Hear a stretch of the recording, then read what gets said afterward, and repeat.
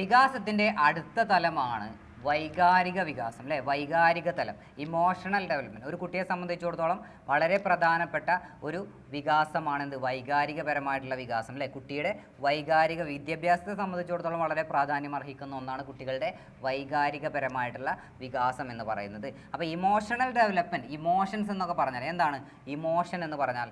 Emotion എന്ന് പറഞ്ഞ word ഇമോവിയർ എന്ന് പറഞ്ഞ വേർഡിൽ നിന്നാണ് വന്നിട്ടുള്ളത്. ഏത് വേർഡാണ്? ഇമോവിയർ. ഇമോവിയർ എന്ന് പറഞ്ഞാൽ അതിൻ്റെ അർത്ഥം ഇളക്കി ഉണർത്തുക എന്നാണ്. അപ്പോൾ ഇളക്കി ഉണർത്തപ്പെട്ട, സ്റ്റിറപ്പ് എന്ന് പറയാം. അപ്പോൾ ഇളക്കി ഉണർത്തപ്പെട്ട ഒരു ബോധാവസ്ഥയാണ് നമ്മുടെ ഇമോഷൻസ് എന്ന് പറയുന്നത്. ഓക്കെ, ഒരു പ്രത്യേക ഫീലിംഗ് അനുഭവപ്പെടുന്നു അല്ലേ. ഇളക്കി ഉണർത്തപ്പെട്ട ഒരു അവസ്ഥയിലേക്ക് മാറുന്നു ഇമോഷൻസ് വരുന്ന സമയത്ത്. അപ്പോൾ ഒരു കുട്ടിയെ സംബന്ധിച്ചിടത്തോളം വൈകാരികപരമായിട്ടുള്ള വികാസം വിദ്യാഭ്യാസത്തെ വളരെയധികം സ്വാധീനിക്കുന്ന ഒന്നാണ് അല്ലേ. വിദ്യാഭ്യാസപരമായിട്ട് പ്രസക്തിയുള്ള ഒരു കാര്യമാണ് എന്ത്, ഇമോഷണൽ ഡെവലപ്മെൻറ്റ് എന്ന് പറയുന്നത്. അപ്പോൾ കുട്ടികളിൽ എങ്ങനെയാണ് വികാരങ്ങൾ രൂപപ്പെടുന്നത്, എങ്ങനെയാണ് വൈകാരിക വികാസം സംഭവിക്കുന്നത് എന്നതിനെക്കുറിച്ച് ധാരാളം മനഃശാസ്ത്രജ്ഞർ പഠനം നടത്തിയിട്ടുണ്ട്. അപ്പോൾ ഇവിടെ ഒരു കുട്ടി ജനിക്കുന്ന സമയത്ത് ആ കുട്ടിയിൽ സന്തോഷം, കോപം എന്നിങ്ങനെയുള്ള വികാരങ്ങളൊന്നും ആദ്യകാലങ്ങളിൽ ഉണ്ടാവില്ല. പ്രധാനപ്പെട്ട വികാരങ്ങളൊന്നും കുട്ടികൾ ജനിക്കുന്ന സമയത്തില്ല. പിന്നീട് തൻ്റെ പരിസ്ഥിതിയുമായി ഇടപെടുന്നതിലൂടെ കുട്ടി ആർജിച്ചെടുക്കുന്നതാണ് ഈ വികാരങ്ങളൊക്കെ എന്നാണ്. അപ്പോൾ അതുപോലെ തന്നെ കുട്ടികളുടെ വികാരങ്ങളുമായി ബന്ധപ്പെട്ട് അഥവാ വൈകാരിക വികാസവുമായി ബന്ധപ്പെട്ട് ആഴത്തിൽ പഠനം നടത്തിയിട്ടുള്ള വ്യക്തി ആര് എന്ന് ചോദിച്ചാൽ ആരാണ്? Catherine Bridges. കേട്ടിട്ടുണ്ടോ? Catherine Bridges. കാതറീൻ ബ്രിഡ്ജസ് ആണ് കുട്ടികളുടെ ഇമോഷണൽ ഡെവലപ്മെൻറ്റിനെ കുറിച്ച് അഥവാ വൈകാരിക വികാസത്തെക്കുറിച്ച് ആഴത്തിൽ പഠനം നടത്തിയിട്ടുള്ളത്. ഓക്കെ, അപ്പോൾ ചോദ്യം വരുന്നത് ഇങ്ങനെയായിരിക്കും. കാതറീൻ ബ്രിഡ്ജസ് താഴെ പറയുന്ന ഏതുമായി ബന്ധപ്പെട്ടിരിക്കുന്നതെന്ന് ചോദിക്കാം. എന്നിട്ട് അവിടെ സാൻമാർഗിക വികാസം, സാമൂഹിക വികാസം, വൈകാരിക വികാസം, ശാരീരിക വികാസം എന്നൊക്കെ കൊടുക്കാം. അപ്പോൾ അവിടെ കാതറീൻ ബ്രിഡ്ജസ് കുട്ടികളുടെ വൈകാരിക വികാസവുമായി ബന്ധപ്പെട്ട വ്യക്തിയാണ് അല്ലേ, ഇമോഷണൽ ഡെവലപ്മെൻറ്റുമായിട്ട് ബന്ധപ്പെട്ട വ്യക്തിയാണ്. അപ്പോൾ കുട്ടികളിൽ എങ്ങനെയാണ് വികാരങ്ങൾ രൂപപ്പെടുന്നത് എന്ന് അദ്ദേഹം പഠനം നടത്തി. അപ്പോൾ ജനനം മുതൽ അഥവാ നവജാത ശിശുക്കൾ മുതൽ 24 മാസം പ്രായമായ കുട്ടികൾ വരെ, ഏകദേശം 24 മാസം വരെ പ്രായമായ കുട്ടികളിലാണ് ആര് പഠനം നടത്തിയിട്ടുള്ളത്? കാതറീൻ ബ്രിഡ്ജസ് പഠനം നടത്തിയിട്ടുള്ളത്. എന്നിട്ട് ഓരോ ഘട്ടങ്ങളിലും കുട്ടികളിൽ ഏതൊക്കെ വികാരങ്ങളാണ് കാണപ്പെടുന്നത്, എത്ര മാസം പ്രായമാകുമ്പോഴാണ് കുട്ടികളിൽ ഈ വികാരം രൂപപ്പെടുന്നത് എന്നതിനെക്കുറിച്ച് അദ്ദേഹം ഒരു ചാർട്ട് രൂപത്തിൽ അദ്ദേഹം പ്രസൻറ്റ് ചെയ്തിട്ടുണ്ട്. അപ്പോൾ ഈ ചാർട്ട് അറിയപ്പെടുന്നത് ബ്രിഡ്ജസ് ചാർട്ട് എന്നാണ്. അതും വളരെ ഇമ്പോർട്ടൻ്റ് ആണ് കേട്ടോ, ബ്രിഡ്ജസ് ചാർട്ട്. അപ്പോൾ ഇവിടെ കാതറീൻ ബ്രിഡ്ജസ് 2 പോയിന്റ്സ് ഉണ്ട്. കാതറീൻ ബ്രിഡ്ജസ് വൈകാരിക വികാസം, ഇമോഷണൽ ഡെവലപ്മെൻറ്റുമായിട്ട് ബന്ധപ്പെട്ട വ്യക്തിയാണ്. രണ്ടാമത്തത് ബ്രിഡ്ജസ് ചാർട്ടിന് രൂപം നൽകിയത് കാതറീൻ ബ്രിഡ്ജസ് ആണ്. അപ്പോൾ ബ്രിഡ്ജസ് ചാർട്ട് എന്തുമായി ബന്ധപ്പെട്ടിരിക്കുന്നു എന്ന് ചോദിച്ചാൽ അത് വൈകാരിക വികാസവുമായി ബന്ധപ്പെട്ടതാണ്. അല്ലെങ്കിൽ കുട്ടികളുടെ വൈകാരിക വികാസവുമായി ബന്ധപ്പെട്ടത് ഏത് എന്ന് ചോദിച്ച് താഴെ കുറേ ചാർട്ടിൻ്റെ പേര് കൊടുക്കും അല്ലേ. അപ്പോൾ അവിടെ ബ്രിഡ്ജസ് ചാർട്ട് എന്ന് കണ്ടാൽ അത് കുട്ടികളുടെ വൈകാരിക വികാസവുമായിട്ട് ബന്ധപ്പെട്ടതാണ്. അപ്പോൾ ബ്രിഡ്ജസ് ചാർട്ട് പരിശോധിച്ച് കഴിഞ്ഞാൽ സാധാരണയായിട്ട് പുസ്തകങ്ങൾ നോക്കിക്കഴിഞ്ഞാൽ നമുക്ക് കാണാൻ പറ്റും ഒരു വലിയ ചാർട്ടാണ്.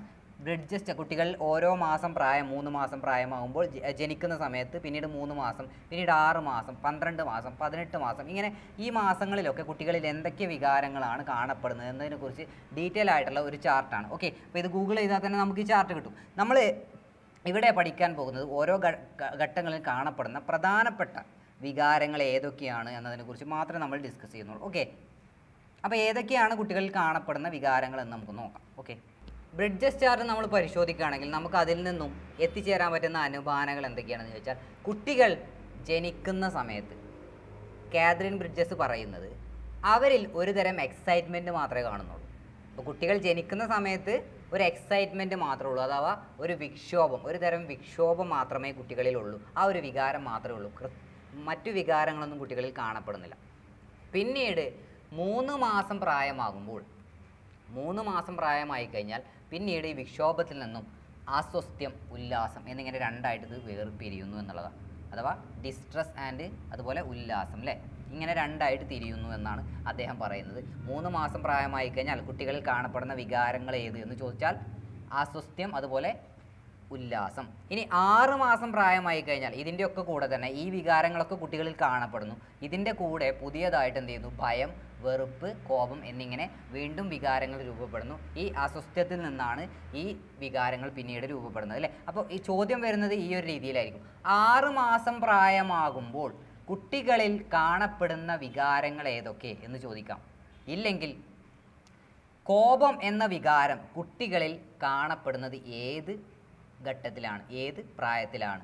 6 മാസം പ്രായമാകുമ്പോഴാണ് അല്ലേ. നെക്സ്റ്റ് 12 മാസമായി കഴിഞ്ഞാൽ കുട്ടികളിൽ വീണ്ടും എന്ത് ചെയ്യുന്നു?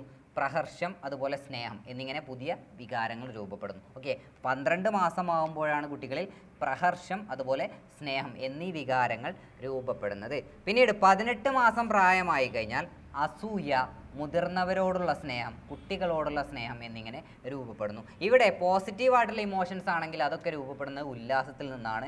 എന്നാൽ നെഗറ്റീവായിട്ടുള്ള ഇമോഷൻസ് ആണെങ്കിൽ അതൊക്കെ രൂപപ്പെടുന്നത് അസ്വസ്ഥത്തിൽ നിന്നാണ്. അപ്പോൾ ഇവിടെ മുൻപ് പ്രീവിയസ് ആയിട്ട് ചോദിച്ചിട്ടുള്ള ഒരു ചോദ്യമാണ്, കുട്ടികളിൽ അസൂയ എന്ന വികാരം കാണപ്പെടുന്നത് ഏത് പ്രായത്തിലാണ്? ഏത് പ്രായത്തിലാണ്?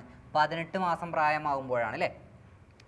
ഇതിനുശേഷം 24 മാസം പ്രായം വരെയാണ് ഈ ഒരു ഘട്ടത്തിൽ ഉള്ള കുട്ടികളെ, അഥവാ 24 മാസം പ്രായമായ കുട്ടികൾ വരെയാണ് അദ്ദേഹം കാതറിൻ ബ്രിഡ്ജസ് പഠനം നടത്തിയിട്ടുള്ളതെന്ന് പറഞ്ഞു അല്ലേ. അപ്പോൾ 24 മാസമായി കഴിഞ്ഞാൽ കുട്ടികളിൽ പുതിയൊരു വികാരം കൂടി രൂപപ്പെടുന്നു, അഥവാ ആനന്ദം. അപ്പോൾ 24 മാസമായി കഴിഞ്ഞാൽ എല്ലാ വികാരങ്ങളും, നമ്മൾ കോമൺ ആയിട്ട് പറയപ്പെടുന്ന എല്ലാ വികാരങ്ങളും കുട്ടികളിൽ കാണപ്പെടുന്നു എന്നുള്ളത്. അപ്പോൾ ഈ 24 മാസമായി കഴിഞ്ഞാൽ മറ്റു വികാരങ്ങളൊന്നും ഇല്ല എന്നല്ല, ഇത് മാത്രമാണ് എന്നല്ല അതിൻ്റെ അർത്ഥം.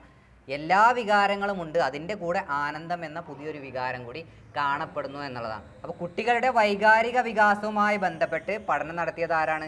കാതറിൻ ബ്രിഡ്ജസ് ആണ് അല്ലേ. അദ്ദേഹം ഒരു ചാർട്ട് രൂപപ്പെടുത്തി അല്ലേ. ഈ ചാർട്ട് അറിയപ്പെടുന്നത് ബ്രിഡ്ജസ് ചാർട്ട് എന്നാണ്. ഓക്കെ, അപ്പോൾ ബ്രിഡ്ജസ് ചാർട്ട് ബന്ധപ്പെട്ടിരിക്കുന്നത് കുട്ടികളുടെ വൈകാരിക വികാസവുമായി ബന്ധപ്പെട്ടാണ് എന്ന് മനസ്സിലാക്കുക. ഓക്കെ, ഇനി വളരെ ഇമ്പോർട്ടൻ്റ് ആയിട്ടുള്ള ഒരു കാര്യമാണ് കുട്ടികളുടെ വികാരങ്ങളുടെ സവിശേഷതകൾ എന്തൊക്കെയാണ്. ചെറിയ കുട്ടികളുടെ അഥവാ ബാല്യകാല വികാരങ്ങളുടെ സവിശേഷതകൾ എന്തൊക്കെയെന്നതിനെ കുറിച്ചാണ്. അപ്പോൾ ഇവിടെ ഈ ഭാഗത്തു നിന്നും ചോദ്യം മുൻപ് വന്നിട്ടുണ്ട്. താഴെ കൊടുത്തിരിക്കുന്നതിൽ ബാല്യകാല വികാരങ്ങളുടെ സവിശേഷതകളിൽ പെടാത്തത് ഏതെന്ന് ചോദിച്ചിട്ടുണ്ട്. അപ്പോൾ ഏതൊക്കെയാണ് കുട്ടികളുടെ വികാരങ്ങളുടെ സവിശേഷത? മുതിർന്നവരിൽ നിന്നും വ്യത്യസ്തമാണ് കുട്ടികളുടെ വികാരങ്ങൾ. അപ്പോൾ ഈ പറയുന്ന സവിശേഷതകൾ കുട്ടികളുടെ വികാരങ്ങളിൽ നമുക്ക് കാണാൻ സാധിക്കുമെന്നാണ്. ഫസ്റ്റ് വൺ തീവ്രത, സെക്കൻഡ് വൺ ക്ഷണികത, തേർഡ് വൺ ആവൃത്തി, ചഞ്ചലത, നിർണേയത, വ്യത്യസ്തത, വൃദ്ധിക്ഷയങ്ങൾ, പ്രകടന പരിവർത്തനങ്ങൾ. അപ്പോൾ ഇത്രയാണ് കുട്ടികളുടെ വികാരങ്ങളുടെ സവിശേഷതയായിട്ട് നമുക്ക് പരിഗണിക്കാൻ പറ്റുന്നത്. തീവ്രത എന്ന് പറഞ്ഞാൽ എന്താ? മുതിർന്നവരെ അപേക്ഷിച്ച് നോക്കുകയാണെങ്കിൽ കുട്ടികളുടെ വികാരങ്ങളുടെ പ്രത്യേകത എന്താ? അത് വളരെ തീവ്രമായിരിക്കും അല്ലേ. അതായത് ചെറിയ കാര്യങ്ങൾക്കും വലിയ കാര്യങ്ങൾക്കും, അല്ലെങ്കിൽ ചെറിയൊരു സങ്കടം വന്നു കഴിഞ്ഞാലും വലിയൊരു സങ്കടം വന്നു കഴിഞ്ഞാലും രണ്ടും ഒരുപോലെ ആയിരിക്കും കുട്ടികളുടെ വികാരങ്ങൾ അല്ലേ. വളരെ ഉയർന്ന തീവ്രമായിരിക്കും അവരുടെ വികാര പ്രകടനങ്ങൾ. അതുപോലെ ചെറിയ സന്തോഷത്തിനാണെങ്കിലും വലിയ സന്തോഷത്തിനാണെങ്കിലും വലിയ രീതിയിലായിരിക്കും അല്ലേ, ഒരേ രീതി തീവ്രമായിരിക്കും അവരുടെ വികാരങ്ങൾ എന്നതാണ്. നെക്സ്റ്റ് വൺ ക്ഷണികതയാണ് അല്ലേ. ക്ഷണികത എന്ന് പറഞ്ഞാൽ എന്താ? കുട്ടികളുടെ വികാര പ്രകടനങ്ങൾ അധിക നേരം നീണ്ടു നിൽക്കില്ല അല്ലേ. കുട്ടികളുടെ വികാരങ്ങൾ അധിക നേരം നീണ്ടു നിൽക്കാറില്ല. ഇപ്പോൾ ഒരു സങ്കടപ്പെട്ടുകൊണ്ടിരിക്കുന്ന ഒരു കുട്ടിയാണെന്നുണ്ടെങ്കിൽ ആ കുട്ടിക്ക് ഒരു മിഠായി കൊടുത്തു കഴിഞ്ഞാൽ അതോടെ തീർന്നു അല്ലേ, ആൾ ഹാപ്പിയായി. അപ്പോൾ കുട്ടികളുടെ വികാരങ്ങളുടെ സവിശേഷതയാണ് ക്ഷണികത എന്ന് പറയുന്നത്. അത് അധികം നേരം നീണ്ടു നിൽക്കില്ല, പെട്ടെന്ന് മാഞ്ഞു പോകുന്നു എന്നുള്ളത്. നെക്സ്റ്റ് വൺ ആവൃത്തിയാണ്. ആവൃത്തി എന്ന് പറയുമ്പോൾ എന്താ? കൂടെ ഉണ്ടാവുന്നതാണ് അല്ലേ. വീണ്ടും ഇടവിട്ട് കുട്ടികളുടെ വികാരങ്ങൾ വന്നുകൊണ്ടേയിരിക്കും എന്നുള്ളതാണ്. അപ്പോൾ ഒരു ദിവസം തന്നെ കുട്ടികളെ പരിശോധിച്ച് കഴിഞ്ഞാൽ നമുക്ക് മനസ്സിലാവും, ഒരു ദിവസം തന്നെ കുട്ടികളിൽ ഒരേ വികാരം തന്നെ ആവർത്തിച്ച് വരാം. ഓക്കെ, വ്യത്യസ്തമായി വീണ്ടും ഒരേ വികാരങ്ങൾ തന്നെ ആവർത്തിച്ച് വരാം. അപ്പോൾ ആവൃത്തി എന്നുള്ളത് കുട്ടികളുടെ വികാരങ്ങളുടെ ഒരു സവിശേഷതയാണ്. നെക്സ്റ്റ് വൺ ചഞ്ചലതയാണ് അല്ലേ. ചഞ്ചലത എന്ന് പറഞ്ഞാലോ അതും എന്താണ്? മാറി വരുന്നു എന്നുള്ളതാണ്. ഇവിടെ ആവർത്തിച്ച് ഒരേ വികാരങ്ങൾ തന്നെ വരുന്നു. അതുപോലെ ചഞ്ചലത, ഒരു വികാരത്തിൽ നിന്നും മറ്റൊരു വികാരത്തിലേക്ക് പെട്ടെന്ന് മാറ്റം സംഭവിക്കുന്നു എന്നുള്ളതാണ്. ഓക്കെ, നേരത്തെ പറഞ്ഞതുപോലെ എന്താ? സങ്കടപ്പെട്ടുകൊണ്ടിരിക്കുന്ന സമയത്ത് സന്തോഷത്തിലെത്താൻ വലിയ സമയമൊന്നും വേണ്ടല്ലേ. നമ്മളൊരു മിഠായി കൊടുത്തു കഴിഞ്ഞാൽ കുട്ടി എന്തായി?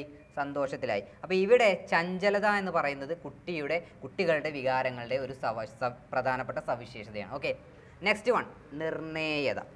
നിർണയത എന്ന് പറഞ്ഞാൽ പ്രെഡിക്റ്റ് ചെയ്യാൻ പറ്റും എന്നുള്ളതാണ്. കുട്ടികളുടെ വികാര പ്രകടനങ്ങൾ നമുക്ക് അവരെ ഒബ്സർവ് ചെയ്ത് കഴിഞ്ഞാൽ അതിൽ നിന്ന് മനസ്സിലാക്കാം. എന്നാൽ മുതിർന്നവർക്ക് അങ്ങനെയല്ല. മുതിർന്നവർക്ക് മനസ്സിലൊരു കാര്യം വെച്ചുകൊണ്ട് പുറത്ത് മറ്റൊരു രീതിയിൽ എക്സ്പ്രസ് ചെയ്യാൻ കഴിയും അല്ലേ. എന്നാൽ കുട്ടികളെ സംബന്ധിച്ചിടത്തോളം അങ്ങനെയല്ല. കുട്ടികൾക്ക് തൻ്റെ വികാരങ്ങളെ പ്രകടിപ്പിക്കാനേ കഴിയുള്ളൂ. അത് മറച്ചു വെച്ചുകൊണ്ട് മറ്റൊരു രീതിയിൽ പ്രതികരിക്കാൻ അവർക്ക് കഴിയില്ല. അപ്പോൾ കുട്ടികളുടെ വികാര പ്രകടനങ്ങൾ നമുക്ക് അവരുടെ ബിഹേവിയർ ഒബ്സർവ് ചെയ്ത് കഴിഞ്ഞാൽ അതിൽ നിന്ന് നമുക്ക് മനസ്സിലാക്കാം എന്നുള്ളതാണ്. നെക്സ്റ്റ് വ്യത്യസ്തത.